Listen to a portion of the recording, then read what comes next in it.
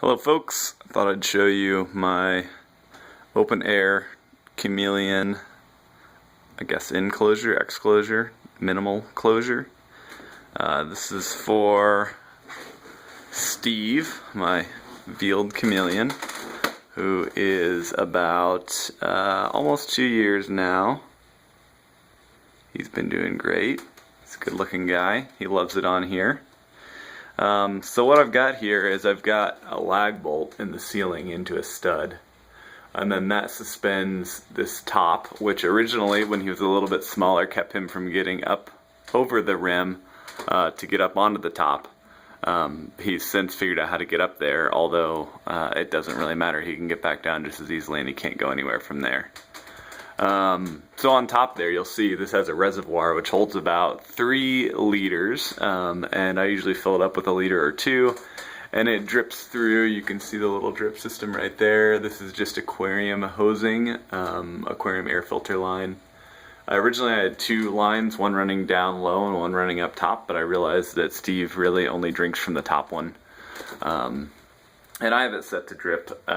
It probably goes through maybe, I don't know, 3/4 liter a day. So it's not a real fast drip, but it's enough for him to see what's going on, and it does a great job keeping the pothos here on top nice and healthy.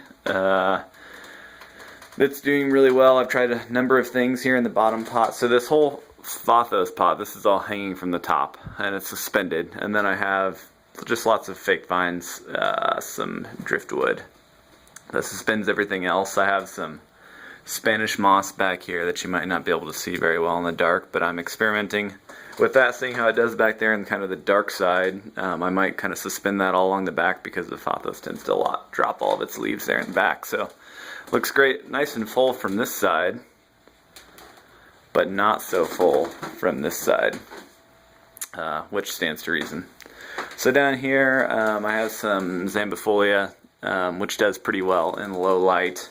I had tried some umbrella plant down there. It did not do quite as well.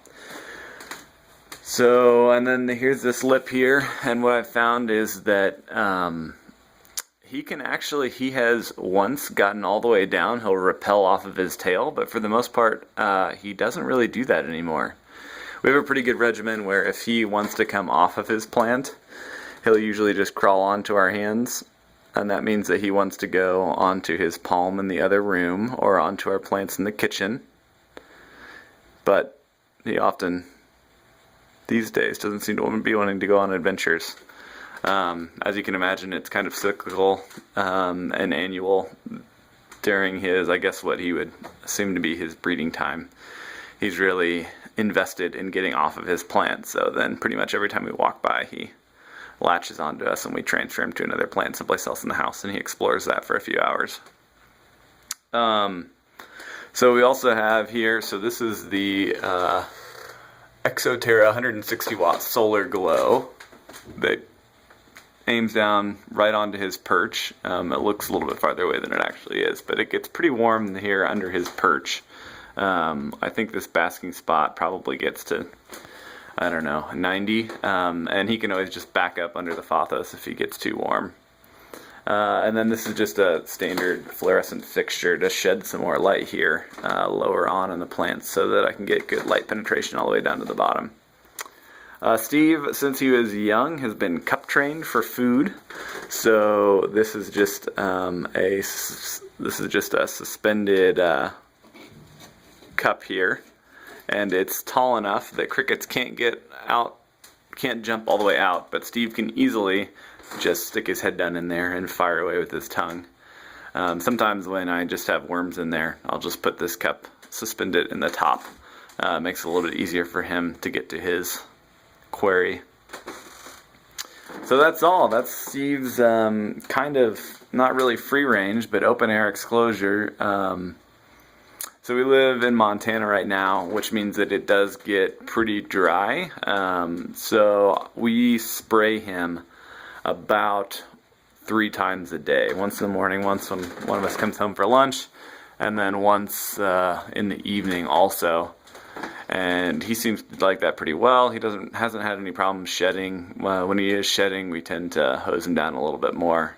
But really, the pothos, once we do spray it down, it holds water pretty well, and then also just the soil mass holds quite a bit of water. And then during the real cold parts of the winter, we have a humidifier that we set up next to him, and I'll also sometimes just fill this whole bottom rim here with water, so he's got some evaporation coming up.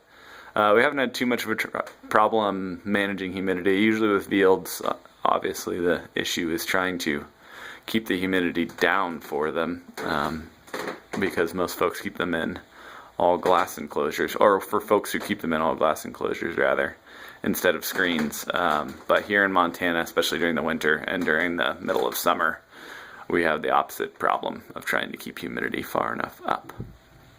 Alright, well, I hope that you all enjoyed this overview of Steve's open air enclosure.